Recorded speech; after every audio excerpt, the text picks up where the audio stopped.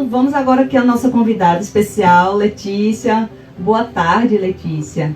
Boa tarde, Mônica. Então, eu peço que você se apresente aí, né? Quem está nos ouvindo, quem está nos assistindo, quem é Letícia, seu trabalho, sua carreira e sua vida pessoal, se você assim quiser ficar à vontade. Então, boa tarde. Boa tarde, Mônica. Primeiro, muito obrigada pelo convite para estar aqui. Eu falo sempre que falar de saúde mental para mim é como um propósito. Eu entendo que é uma coisa da qual eu tenho muita afinidade, eu tenho uma facilidade e acho que mais do que nunca as pessoas têm percebido a importância da saúde mental. E falar disso, que às vezes para muitas pessoas, né, como era um tabu muito grande, ainda é bastante difícil. Então falar para mim de saúde mental, levar um pouquinho de estratégias ou pensamentos que possam auxiliar as pessoas com saúde mental, para mim é um grande propósito. Bom, eu sou a Letícia, sou petrolinense, Letícia Coelho, sou petrolinense, estudei aqui também na Universidade Federal, no Vale, né, a Univasf.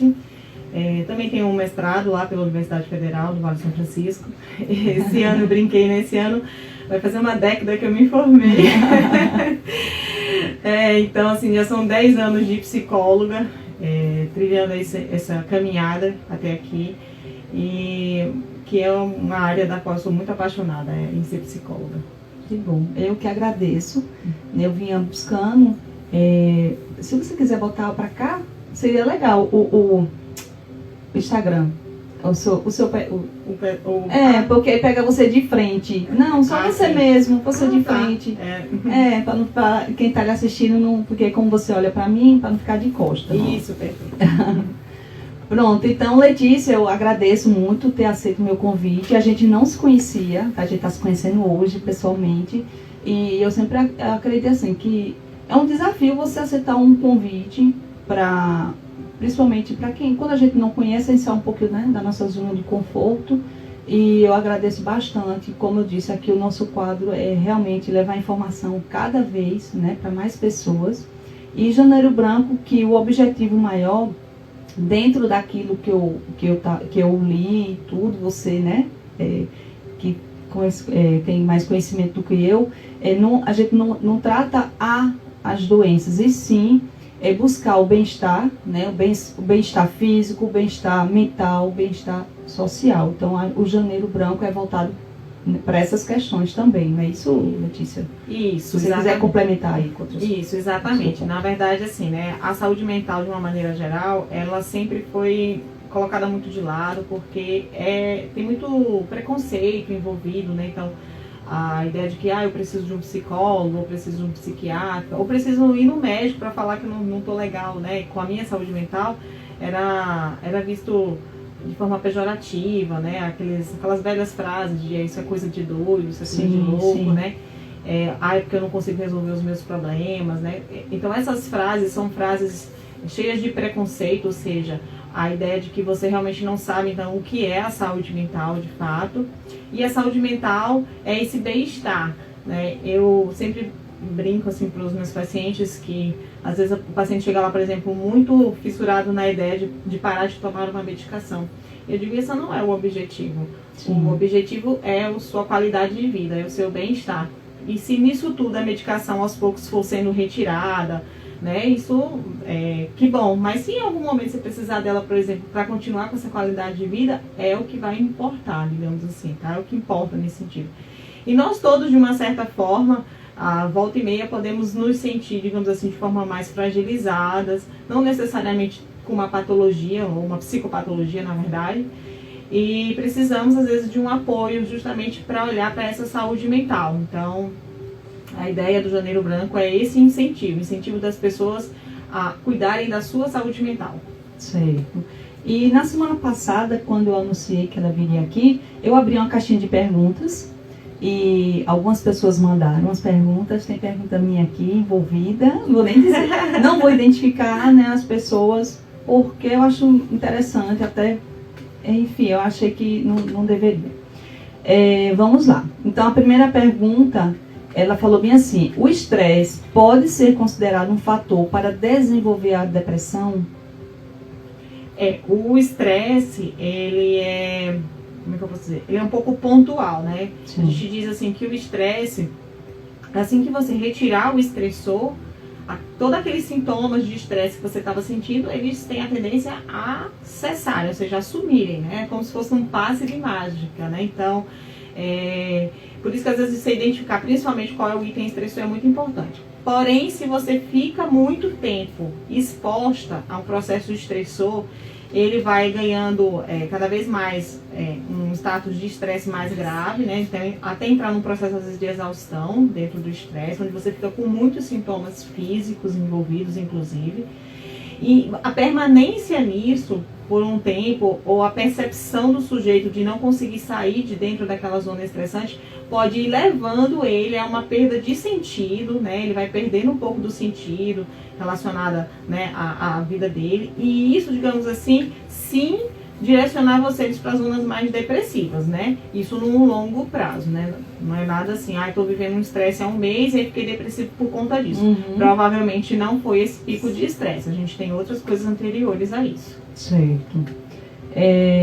Tem outra aqui. Como faço para tratar a ansiedade do dia a dia? Acho que essa ansiedade que todo mundo tem, um pouquinho, não foi muito bem específico, mas ela deveria ter sido. Qual é esse ponto? Talvez, né? Ai, nossa, isso aí é tipo assim... É a pergunta de todo dia, né? Todo mundo quer essa resposta, né?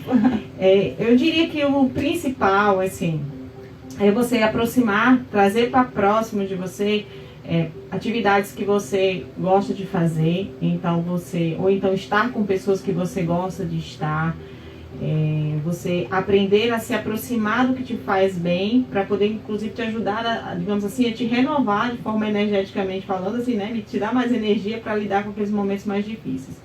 Fora isso, hoje o que a gente chama assim de carro-chefe da saúde mental é a atividade física. Quanto mais se pesquisa, mais chega à conclusão de que a atividade física ela é muito preventiva do processo tanto de ansiedade como da depressão, como também ela auxilia para quem já está com um processo depressivo ou com uma ansiedade, ajuda, né, uma ajuda muito substancial na saída desses processos, né? Então, incluir uma atividade física, se aproximar de coisas que você gosta, e eu diria que hoje, assim, uma coisa que pesa muito no dia a dia é que as pessoas estão, assim, multitarefas, então as pessoas têm agendas muito cheias. E é como se você... E acaba, ele interrompendo um pouco, acontece assim, comigo, no momento que não estou fazendo nada, é como se não pudesse não fazer nada. Então, como é que eu estou aqui sem fazer nada se eu tenho um monte de coisa ali para fazer, né? Um monte de post, não sei o que, enfim, tudo relacionado ao trabalho. É como se a gente não se permitisse esse momento de, não, vamos descansar aqui meia hora, uma tarde, assistir um filme, então alguma coisa aí. Isso, exatamente. A gente vive uma cultura da produtividade e romantizam demais esse excesso de produtividade. Se você prestar bem atenção, as pessoas acham incrível que a pessoa faz 1000 coisas. E a gente precisa aprender a não romantizar isso, né? Primeiro entender que cada pessoa tem sua vida, você precisa aprender que... Eu, por exemplo, sou uma pessoa que faço várias tarefas, mas tento criar um equilíbrio entre esse processo, saber assim, o que é uma prioridade em determinado tempo e outro, qual é a minha prioridade em outro tempo. Então, você diz assim, eu estou muito multitarefa, eu preciso, então, dar uma parada, aprender a respirar com um pouco mais de calma, né? Fazer alguns exercícios de respiração, são coisas que ajudam bastante no processo de ansiedade. Às vezes eu brinco assim, às vezes uma dona de casa diz assim, é uma dona de casa, mas a dona de casa é um lugar que não tem um serviço sem fim, né, de passagem, né? Eu acabei de fazer uma coisa, já surgiu outra. Então, isso também se inclui às vezes no multitarefa, quando você é aquela pessoa extremamente excessiva que fica se cobrando o tempo todo de estar fazendo alguma coisa porque já tem alguma outra coisa para fazer. A gente entender que as tarefas nunca cessam, elas sempre estão aí. A gente tem que tomar um pouquinho cuidado com essa cultura que socialmente se espalhou do excesso de produtividade. Que é o 24/7, né? 24 horas por dia, 7 dias por semana. E a gente tem que saber o momento de parar realmente. Eu já identifico. Principalmente quando eu não consigo, eu gosto muito de escrever e não sai nada, senão tem que parar, tem que respirar, porque senão não adianta. Perfeito. E me diga uma coisa, quando a gente está nesse processo de terapia, desistir da terapia, ele também faz parte do processo. Eu faço um processo com você, mas tem um momento que eu quero desistir.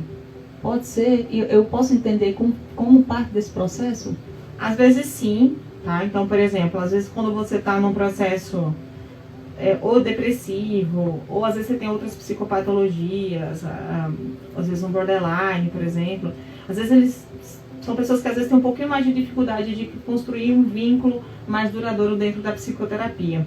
Às vezes por questões diferentes, claro, mas às vezes a gente tem uma dificuldade porque no fim eu não estou percebendo tanto que eu realmente estou precisando daquela ajuda, porque eu acho que vou conseguir sozinha. Às vezes num processo depressivo porque você está tão apático com a vida, tão apático que até isso você não está conseguindo ter energia nem para ir para o processo psicoterapêutico. Às vezes é porque você não conseguiu fazer uma boa ligação com aquele profissional específico também, né? Eu sempre falo disso para um paciente novo que chega.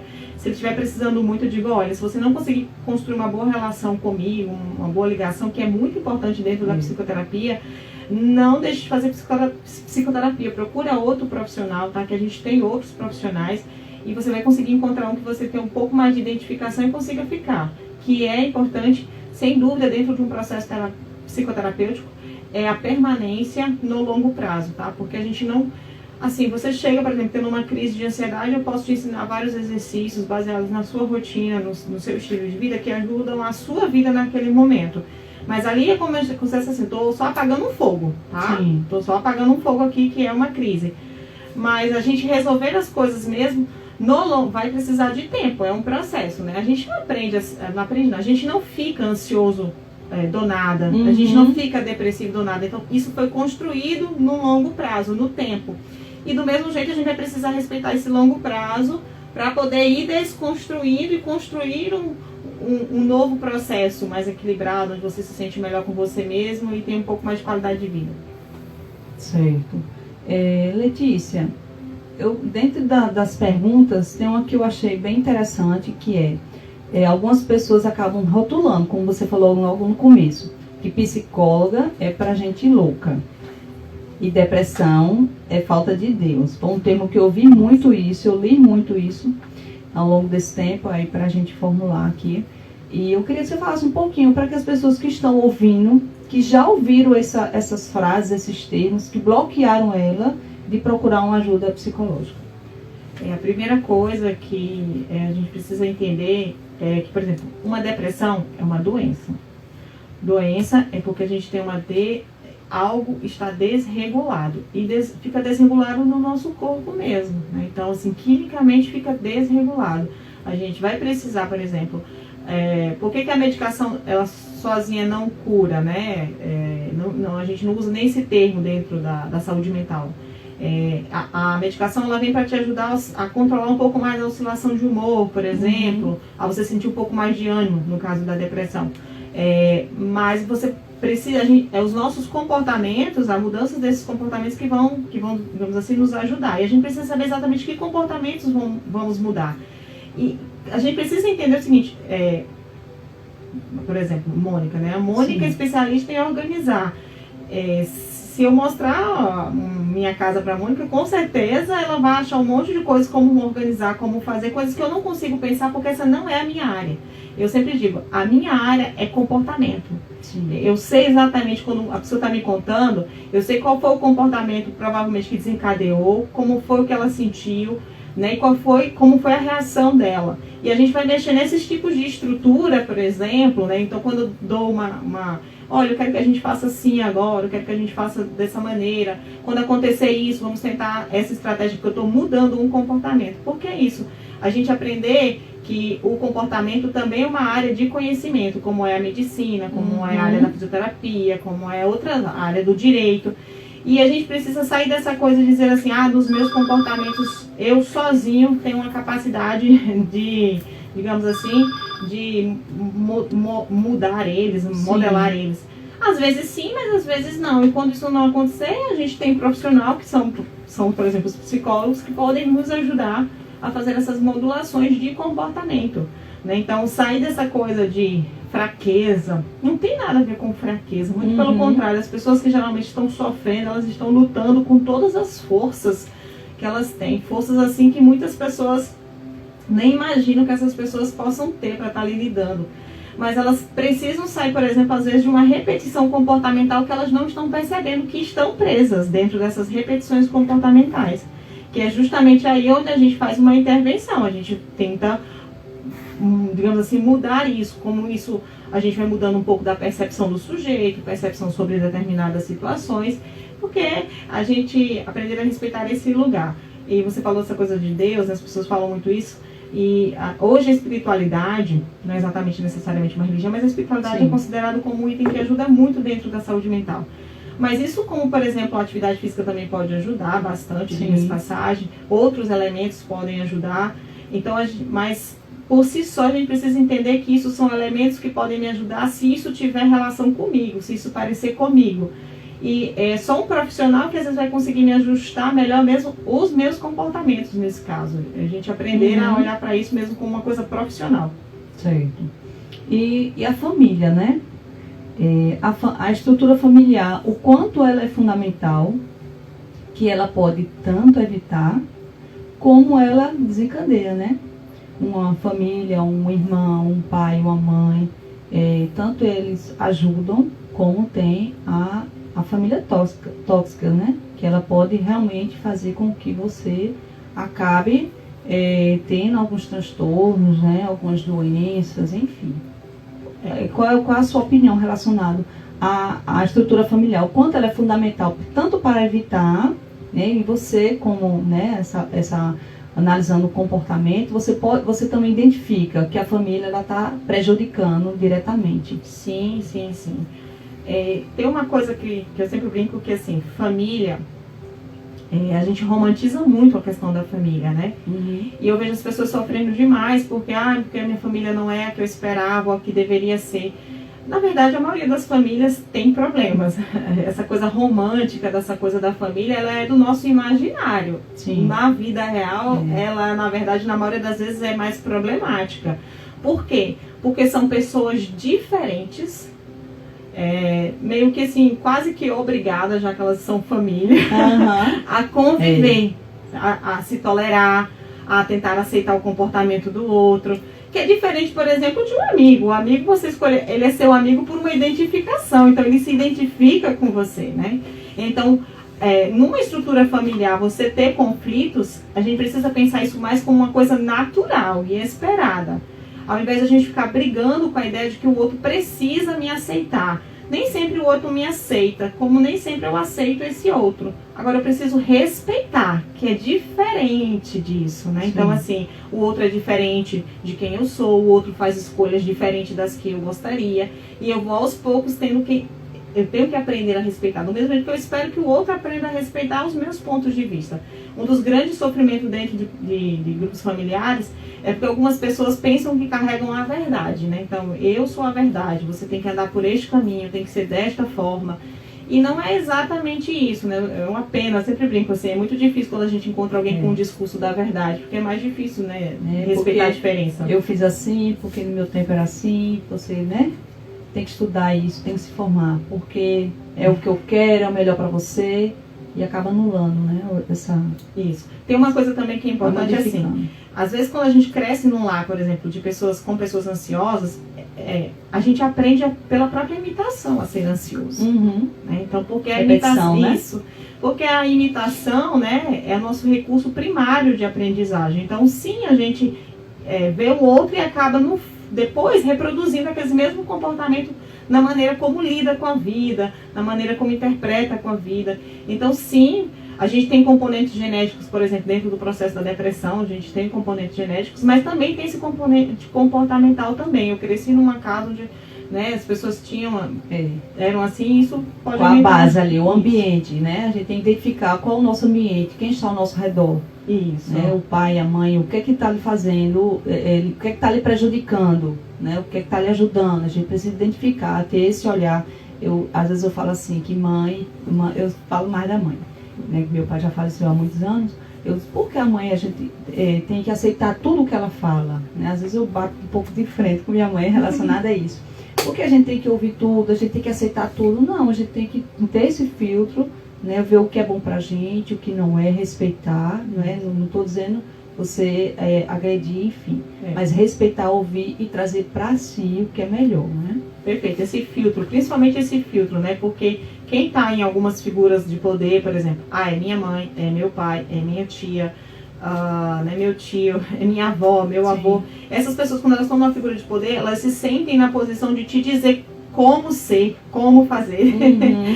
E lembrar que isso é a maneira dela, tá? Ela pensava assim, ela tem essa visão. Você pode ouvir, aprender a não entrar em conflito e tentar seguir o seu caminho. E a gente está chegando aqui, né? Infelizmente, ao final do nosso encontro. Eu quero agradecer mais uma vez, Letícia. Como eu disse, de algumas perguntas a gente acaba não fazendo porque o tempo é curto, mas algumas entraram assim, né? Que quem fez, eu creio que respondeu. Você respondeu dentro do que a gente abordou aqui hoje. Então, onde a gente encontra você, quem está nos ouvindo aqui, quem está nos assistindo, que quer entrar em contato com Letícia, onde a gente pode, telefone, endereço, fique à vontade. Obrigada. Então, vocês podem me encontrar lá no Instagram, tá? psi.leticiacoelho, tá? Eu tô lá, tô sempre respondendo caixinhas lá de perguntas das pessoas sobre saúde mental. Também tô postando conteúdos, tá? Lá interagindo com vocês, mostrando um pouco da minha vida real, porque eu acho que a vida real é a vida real, né? Também me encontram lá, e sim, no meu perfil, gente, tem na minha bio, né, que é aquela na frente, na página inicial do Instagram, você tem um linkzinho lá onde você pode acessar, onde dá para marcar consulta, onde você fala com as meninas que são minhas secretárias, que me ajudam com a minha agenda. Dá para agendar consulta por lá. Eu atendo lá na Lumen Psicologia, tá? E acho que é isso, viu? Eu quero agradecer aos ouvintes e quero deixar um recado que acho que é muito importante. A gente precisa aprender que muitas vezes a nossa maior força é assumir que está precisando de uma ajuda profissional, que está precisando, né, de um apoio, de alguém que ajude a sair de determinados sofrimentos, né? Viver sofrendo não é normal. A gente precisa aprender que viver sofrendo não é normal. Que a gente tem que procurar estratégias para ficar melhor com a gente mesmo. Porque quando a gente está melhor com a gente mesmo, a gente é uma pessoa melhor para os outros, é uma pessoa melhor para o mundo. Isso mesmo. Então, muito obrigada mais uma vez. E eu quero agradecer a todos os ouvintes, quem nos assistiu, quem nos acompanhou aqui através do Instagram, através do site da Ponte FM. E semana que vem eu estarei aqui novamente, na quinta-feira, às 14 horas, com o Organize. Então, uma boa tarde e até semana que vem. Um abraço para todos.